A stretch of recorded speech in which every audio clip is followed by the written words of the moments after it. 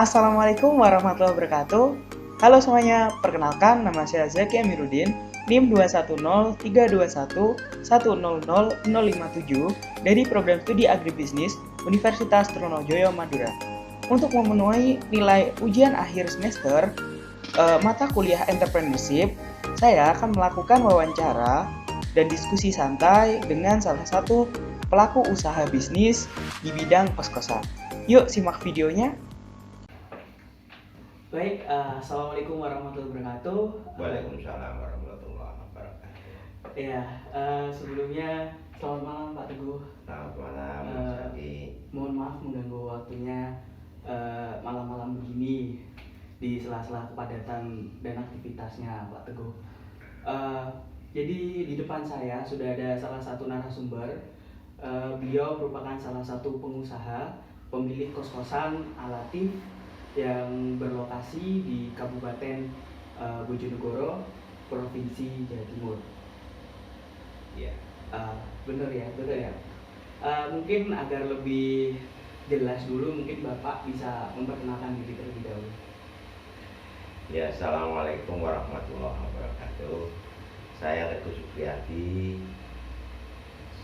Kebetulan saya memang punya usaha kos, tapi sesungguhnya pekerjaan utama saya adalah ASN karena saya adalah pengawas sekolah, dalam hal ini pengawas SMK yang sekarang ini berada di Provinsi Jawa Timur. Regulasi pengelolaan SMA SMK berarti kami sebagai pengawas juga berada di bawah Dinas Pendidikan Provinsi Jawa Timur. Sedikit tentang kos, tentu kami tidak bisa bercerita banyak ya, kecuali apa sebenarnya yang diinginkan oleh Mas Zaki dalam hal ini. Oke. Mungkin langsung saja ya Pak ya. Ke pertanyaannya santai-santai aja, kita ngobrol santai. Mungkin bisa dimulai dari jadi kos-kosan Bapak ini kurang lebih sudah berdiri berapa tahun, atau lebih tepatnya itu berdiri sejak tahun berapa kalau boleh tahu Pak? Kalau kos-kosan cukup lama ya, jadi kalau dihitung dari sekarang juga mungkin sudah sekitar 15 tahun. 15 tahun ya berjalan. Tetapi kos-kosan ini tidak serta-merta tahu-tahu sekian puluh kamar begitu, tidak, tapi bertahap. Ya, begitu. Oh, baik. Jadi udah cukup lama ya Pak ya. Jadi saya sendiri kan bertempat tinggal di Bojonegoro nih Pak. Seperti yang kita ketahui, kalau Bojonegoro sendiri ini kan kota yang sebelumnya tahun-tahun dulu tuh sepi, tidak ada objek wisata, tidak ada universitas negeri, jadi tidak ada pendatang yang datang ke Bojonegoro. Nah, jadi awal mula motivasi Bapak dan PD yakin bahwa kos-kosan Bapak tersebut bisa laku, itu bagaimana Pak? Ya, karena memang kami sudah mengantisipasi itu. Kami membuka kos-kosan itu segmennya saya geser ke segmen pekerja atau pegawai ya, karyawan dalam hal ini. Seiring dengan tumbuhnya Bojonegoro menjadi kota minyak, ada beberapa proyek-proyek besar.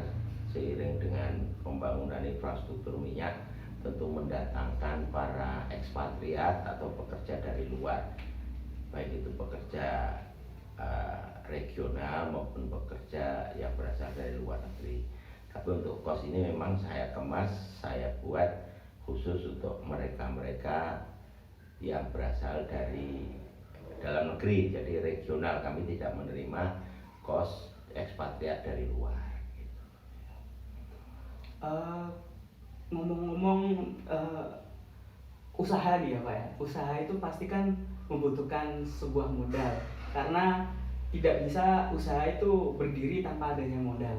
Kalau boleh tahu tuh bagaimana Bapak untuk mendapatkan modal awal membangun kos-kosan tersebut? Ya, saya sambung dulu terkait dengan potensi apakah kos-kosan ini punya prospek atau tidak. Ya. Jadi karena saya mengantisipasi itu, kebetulan alhamdulillah Allah memberikan ridho dan berkah. Ternyata betul banyak pegawai-pegawai itu yang butuh tempat, kemudian dia mencari tempat kos dan kami membukanya. walaupun Bojonegoro bukan kota wisata, tapi Bojonegoro tumbuh berkembang menjadi kota yang cukup ramai sebenarnya, terkait juga dengan banyaknya para dokter yang masih harus mengikuti apa dulu namanya untuk praktek di rumah sakit itu loh, sehingga koas ya namanya, koas kedokteran itu kebetulan kami buka itu pas banyak para dokter-dokter dari Universitas apa itu Widya Mandala ya dari Surabaya itu. Kemudian kami buka pertama itu yang menempati justru para dokter-dokter itu, luar biasanya itu.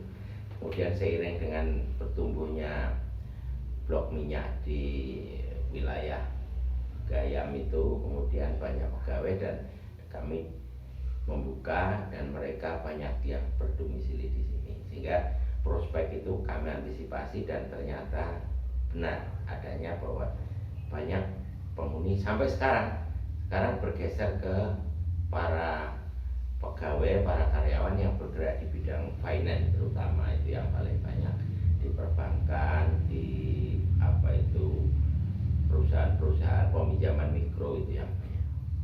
Terkait dengan modal juga begitu, bahwa kami tidak serta-merta bangunan langsung besar, tapi dengan sedikit tabungan kita bangun, kemudian karena masih belum cukup, kemudian kita meminjam kredit usaha rakyat ya, karena memang termasuk kredit kecil ya, itu di bank juga, dan itu kami lakukan juga beberapa step, beberapa kali itu.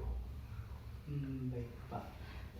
Selama kurang lebih 15 tahun ini apakah sudah balik modal Pak? Ya tentu sudah lebih dari balik ya. Kalau BEP-nya break even point itu 1 tahun balik ya, 2 tahun balik ya. Kemudian justru dari kos ini kami bisa membiayai anak saya untuk sekolah, bisa membiayai anak saya untuk hidup mandiri, dan alhamdulillah juga bisa memberikan tempat untuk mereka yang sudah berumah tangga. Itu juga kami ambil dari uang kos itu yang secara apa ya, pengelolaan sehari-harinya itu dikelola oleh ibu di rumah, karena saya sendiri tidak selalu berada di rumah. Cukup Bapak. Oke, untuk selanjutnya selama kurun waktu 15 tahun ini pasti ada yang namanya kendala itu pasti ada. Jadi untuk menyikapi kendala-kendala tersebut itu bagaimana loh Pak? Kendala misalnya begini, kendala itu kita lihat kendala apa. Kalau kendala dari sisi penghuni misalnya, nah, ya. Kalau dari sisi penghuni tentu ada beberapa penghuni yang nakal, itu biasa. Kita antisipasi, kita buat perjanjian awal, kemudian berapa lama dia tinggal, tempat asalnya di mana, kemudian kita harus memastikan bahwa dia berada pada dia adalah orang yang mempunyai alamat tetap yang jelas. Itu harus kita teliti dulu sebelum dia tinggal di tempat ini. Walau demikian ada juga masih kecolongan beberapa orang datang dengan misalnya menggunakan alamat palsu. Itu pernah ada kendala, misalnya dia kos sebagai seorang yang masih bujang, suatu saat ketahuan dia ada temannya perempuan datang, nah itu langsung kita cut. Jadi kalau ada seperti itu langsung kita keluarkan, tidak peduli dia sudah berapa lama tinggal atau dia masih punya sisa berapa. Peraturannya memang berbunyi begitu, bahwa seorang yang kos laki-laki dilarang menerima teman kos perempuan lawan jenis ke dalam kos, atau yang kos perempuan menerima lawan jenis di dalam kos, tidak boleh. Baik, jadi untuk yang berikutnya ini menjadi pertanyaan terakhir sekaligus pertanyaan penutup dari saya. Sebagai tips-tips kepada para usahawan muda ataupun eh, para pelaku usaha yang baru ingin memulai usahanya di bidang kos-kosan ini apa Pak? Jadi barangkali Bapak ini memiliki tips-tips yang dapat diberikan seperti itu. Ya, menyebutnya jangan usahawan lah. Usahawan itu kan orang yang punya banyak usaha gitu ya. Kalau usaha gitu aja nggak apa-apa gitu ya. Kalau usahawan itu harus banyak usaha. Belumnya memang kalau tips secara khusus tidak ada, tapi sebelum membuka kos ini memang ada beberapa kegiatan yang kami lakukan tentunya untuk merintis menambah income ya, karena memang pendapatan guru saat itu sangat kurang, berbeda dengan saat ini sudah begitu cukup sebenarnya dengan adanya sertifikasi dan sebagainya dan adanya peningkatan anggaran pendidikan itu kesejahteraan guru sudah cukup baik. Tip yang pertama tentu etikat ya, niat yang baik bahwa usaha itu senantiasa memohon ridho dan berkah Allah. Semoga apa yang dimulai itu akan mendapatkan ridho dan berkah kita. Yang niatnya begitu. Yang kedua, tentu memikirkan strategi memilih lokasi. Strategi memilih lokasi itu, tapi tidak harus lokasi itu berada pada daerah yang ramai gitu, enggak. Justru memilih lokasi karena kos-kosan dia perlu tenang, perlu ketenangan, kita cari tempat yang justru jauh dari keramaian tapi mudah diakses. Nah, bagi adik-adik yang ingin usaha tentu pertama tekad, bukan usaha, bukan uang ya. Tekadnya apa gitu. Merintisnya dari sedikit ya. Setelah tekad tentu diikuti dengan beberapa langkah real untuk menuju ke pilihan usahanya itu. Tentu kalau untuk adik-adik tidak cocok lah usaha kos itu, karena memang adik-adik adalah termasuk orang-orang yang baru tumbuh berkembang memulai suatu kegiatan, kecuali dia memang bermodal tinggi gitu beda ya. Ya, mohon maaf Bapak, koreksi ya. Maksud saya bukan untuk adik-adik, jadi ya bagi pelaku usaha yang ingin memulai usahanya di bidang kosan dari segala usia gitu. Oh, kalau dari pelaku kos ya itu tadi niat, memohon ridho berkah Allah, kemudian integritas, kejujuran, dan bagaimana membangun link, membangun hubungan yang baik antara kita sebagai pemilik dan mereka sebagai penyewa itu. Kita harus menempatkan dia sebagai orang yang memang harus kita berikan ruang yang lebih baik. Itu aja. Jadi kita hargai dia sebagai seorang raja lah, karena dia menyewa kita. Kita tentu yang paling tidak boleh dilakukan adalah privasi dia harus terlindungi. Itu aja. Saya kira itu. Baik.